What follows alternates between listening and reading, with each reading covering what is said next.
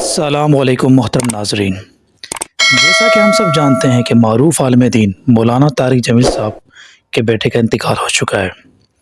Social media پر بہت زیادہ یہ نیوز چل رہی ہے کہ اتنے بڑے عالم دین کے بیٹے نے خودکشی کر لی۔ آخر حقیقت ہے کیا؟ عاصم جمیل کا جب انتقال ہوا تو ان کے بڑے بھائی یوسف جمیل نے سوشل میڈیا پر آ کر اس بات کی تصدیق کی کہ ان کے بھائی عاصم جمیل کی ڈیتھ ہو گئی ہے، اور انہوں نے سیکیورٹی گارڈ سے گن لے کر خود کو شوٹ کیا ہے۔ مولانا یوسف جمیل نے مزید بتایا کہ ان کا بھائی شدید ڈپریشن کا مریض تھا۔ ان کا بھائی بچپن سے ڈپریشن کا شکار تھا اور کئی سالوں سے دوائیوں پر تھا۔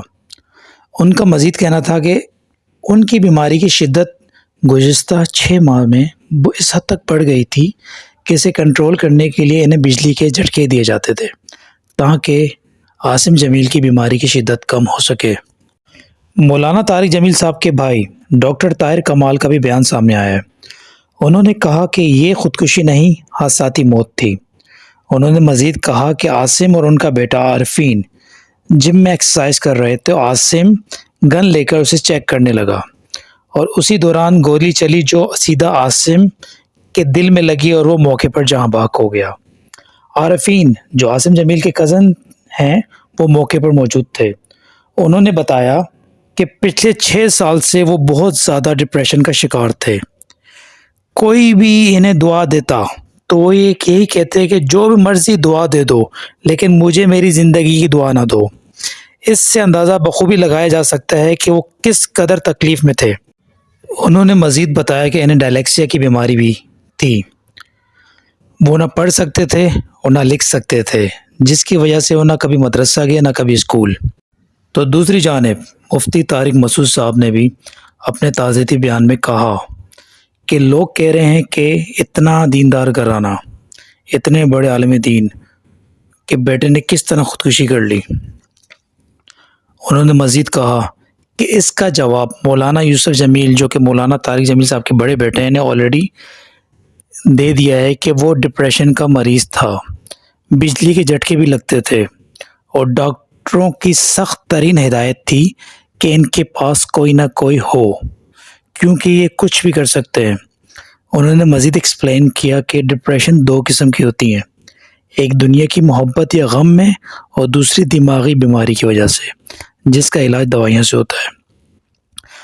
مزید کہا انہوں نے کہ انسان پر کچھ کیفیات ایسی آ جاتی ہیں جس میں وہ اپنے قول و عمل کا ذمہ دار نہیں ہوتا۔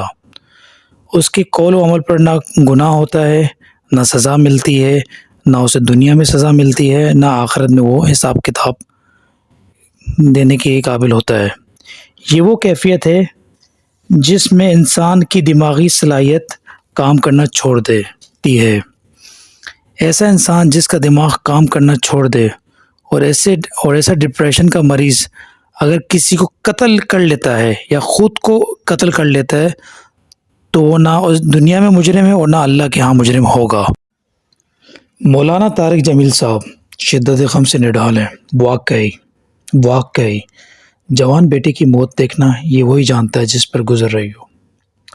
مولانا طارق جمیل صاحب نے کہا کہ میرے مقدر میں تھا، میں نے ہمیشہ اللہ سبحانہ و تعالیٰ سے دعا کی، یا اللہ مجھے اولاد کا صدمہ نہ دکھانا، یہ ہمیں اٹھا کر لے جائے، ہمیں انہیں کندھا نہ دینا پڑے۔ یہ غم بہت بڑا غم ہے، یہ زخم بہت گہرا ہے۔ انہوں نے مزید کہا کہ میرا یہ بیٹا عاصم جمیل سب سے اچھا بیٹا تھا۔ غریبوں کے ساتھ کس طرح سلوک کرنا ہے، کس طرح برتاؤ کرنا ہے، یہ میرے بیٹے عاصم جمیل نے مجھے سکھایا، ہم سب کو سکھایا۔ میرا بیٹا اللہ کی محبت میں ایسے تڑپتا تھا جیسے کسی کو کوئی زخم ہو جائے تو وہ شدت تکلیف سے تڑپتا ہو، جیسی تڑپ اللہ کی محبت میں نے اپنے بیٹے عاصم جمیل میں دیکھی ہے، میں نے اپنے 52 سال کی تبلیغی ٹینیور میں کسی میں نہیں دیکھی۔ بس آخر میں اللہ سبحانہ و تعالیٰ سے دعا ہے کہ اللہ تعالیٰ مولانا طارق جمیل صاحب کے بیٹے کی مغفرت فرمائے اور ان کی فیملی کو صبر جمیل عطا فرمائے اور آپ لوگوں سے، معزز قارئین سے، ناظرین سے گزارش ہے کہ سوشل میڈیا پر اس طرح کی چیزیں کہ انہوں نے خودکشی کر لی، تمام چیزیں بیان کرنا بہت غلط ہے، کیونکہ انسان جانے انجانے میں خود ہی گناہ کا مرتکب ہو جاتا ہے، تو اس لیے ہر وقت استغفار کرنا چاہیے اور ان چیزوں سے بچنا چاہیے۔ آپ سب کو اللہ حامی و ناصر۔ اللہ حافظ۔